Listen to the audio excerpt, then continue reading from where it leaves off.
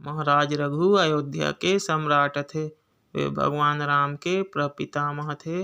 उनके नाम से ही उनके वंश के क्षत्रिय रघुवंशी कहे जाते हैं। एक बार महाराज रघु ने एक बड़ा भारी यज्ञ किया।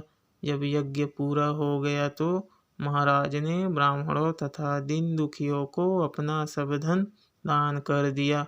महाराज इतने बड़े दानी थे कि उन्होंने अपने आभूषण, सुंदर वस्त्र और सब बर्तन तक दान कर दिए। महाराज के पास साधारण वस्त्र रह गया। वे मिट्टी के बर्तनों से काम चलाने लगे। यज्ञ में जब महाराज रघु सर्वस्व दान कर चुके तब उनके पास वरंतु ऋषि के शिष्य कौत्स्य नाम के एक ब्राह्मण कुमार आए। महाराज ने उनको प्रणाम किया, आसन पर बैठाया और मिट्टी के गड़बे से उनके पैर धोए।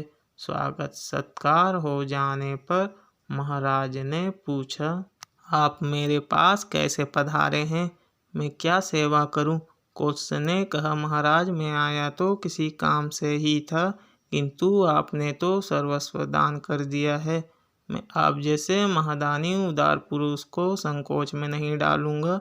रघु ने नम्रता से प्रार्थना की, आप अपने आने का उद्देश्य तो बता दें। कौत्स्य ने बताया कि उनका अध्ययन पूरा हो गया है। अपने गुरुदेव के आश्रम से घर जाने से पहले गुरुदेव से उन्होंने गुरु दक्षिणा मांगने की प्रार्थना की। गुरुदेव ने बड़े स्नेह से कहा, बेटा तूने यहाँ रहकर जो मेरी सेवा की है उससे सच में बहुत प्रसन्न हूँ।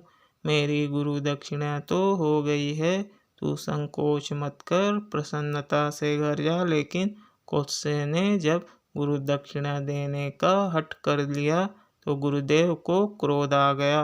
वे बोले, तूने मुझसे 14 विद्याएं पढ़ी, अतः प्रत्येक विद्या के लिए 1 करोड़ सोने की मोहरें ला कर दे। गुरु दक्षिणा के लिए 14 करोड़ सोने की मोहरें लेने कौत्स्य अयोध्या आए थे। महाराज ने कौत्स्य की बात सुनकर कहा, जैसे आपने यहाँ तक आने की कृपा की वैसे ही मुझ पर थोड़ी सी कृपा और करें। 3 दिन तक आप मेरी अग्निशाला में ठहरे।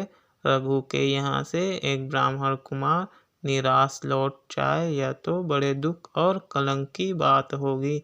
मैं 3 दिन में आपकी गुरु दक्षिणा का कोई न कोई प्रबंध अवश्य कर दूंगा। कौत्स्य ने अयोध्या में रुकना स्वीकार कर लिया। महाराज ने अपने मंत्री को बुलाकर कहा, यज्ञ में सभी सामंत नरेश कर दे चुके हैं, उनसे दोबारा कर लेना न्याय नहीं है, लेकिन कुबेर जी ने मुझसे कभी कर नहीं दिया है। वे देवता हैं तो क्या हुआ, कैलाश पर रहते हैं, इसलिए पृथ्वी के चक्रवर्ती सम्राट को उन्हें कर देना चाहिए। मेरे सब अस्त्र शस्त्र रथ में रखवा दो, मैं कल सवेरे कुबेर पर चढ़ाई करूंगा। आज रात मैं उसी रथ पर सोऊंगा जब तक ब्राह्मण कुमार को गुरु दक्षिणा न मिले। मैं राजमहल में पैर नहीं रख सकता। उस रात महाराज रघु रथ में ही सोए, लेकिन सवेरे उनका कोषाध्यक्ष उनके पास दौड़ा आया और कहने लगा, महाराज खजाने का घर सोने की मोहरे से ऊपर तक भरा पड़ा है। रात में उसमें मोहरे की वर्षा हुई है। महाराज समझ गए कुबेर जी ने यह वर्षा की है।